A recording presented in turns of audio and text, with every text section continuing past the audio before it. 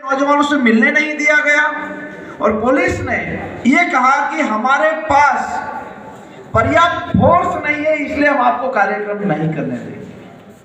अब बताइए साथियों, जिस पुलिस फोर्स में पर्याप्त जवान नहीं है, उस पुलिस फोर्स में जाने के लिए जो नौजवान आंदोलन कर रहे हैं उनको भी वही पुलिस लाठी मारती है और कहीं ना कहीं पुलिस फोर्स को बड़ी होने से रोकने का काम भी सरकार के कुछ लोग करते हैं।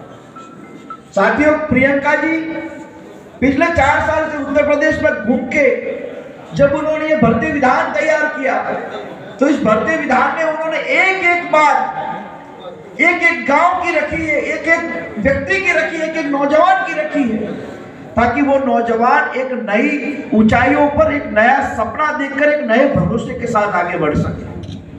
हमारे नीरज भाई ने सही कहा कि 5 साल के शासन के बाद योगी आदित्यनाथ जी आप लोगों के बीच में आएंगे, भारतीय जनता पार्टी के नेता आप लोगों के बीच में आएंगे तो ये नहीं बताएंगे कि हमने 5 साल में क्या किया।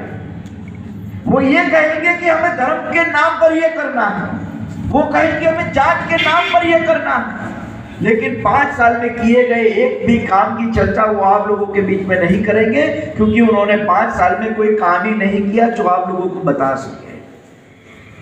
5 साल के भीतर 2-4 चीज जरूर की।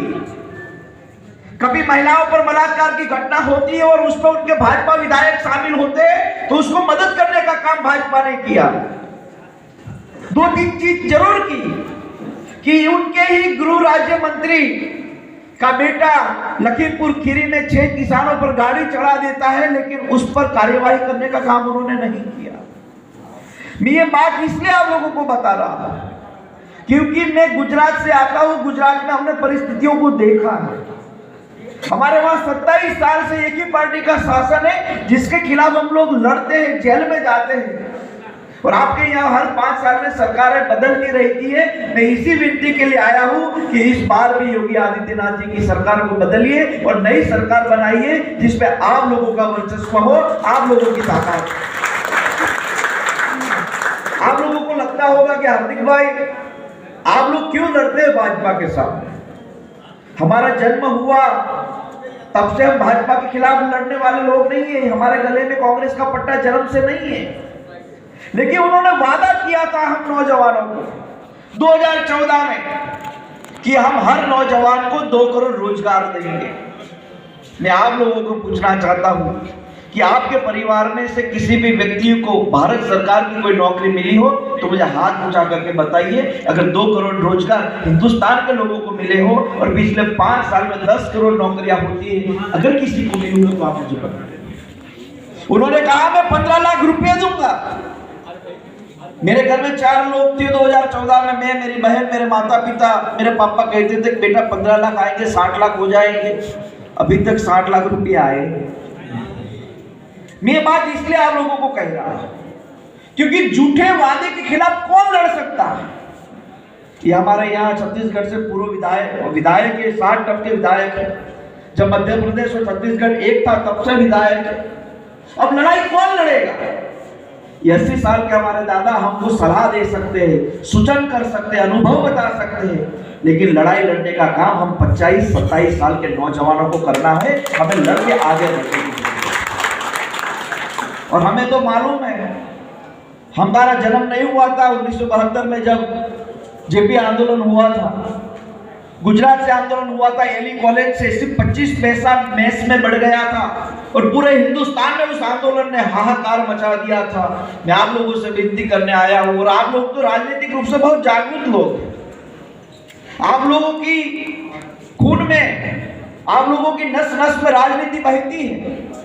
आप लोगों को इस बार तय करना है कि उत्तर प्रदेश में कैसा शासन चाहिए, उत्तर प्रदेश में कैसी सरकार चाहिए, उत्तर प्रदेश में कैसा विधायक चाहिए जो आप लोगों की लड़ाई लड़े, आप लोगों के लिए खड़े रहे। दोस्तों, प्रियंका जी जब गुजरात में, उत्तर प्रदेश में, मध्य प्रदेश में घूमती है, अपनी अपनी बात रखती है, लेकिन पिछले 4 साल से जिस तरह से उन्होंने उत्तर प्रदेश में दौरे लगाए, जेल में गई, पदयात्राएं की, लोगों से बात की, उससे एक बात ये साबित होता है कि वो आप लोगों के हितों के लिए लड़ना चाहिए। साथियों, पूरे उत्तर प्रदेश में प्राथमिक विद्यालयों में 1,50,000 खाली जगह पड़ी है। सोचिए, प्राथमिक शिक्षा अगर नींव मजबूत नहीं होगी तो वो इमारत कैसी होगी।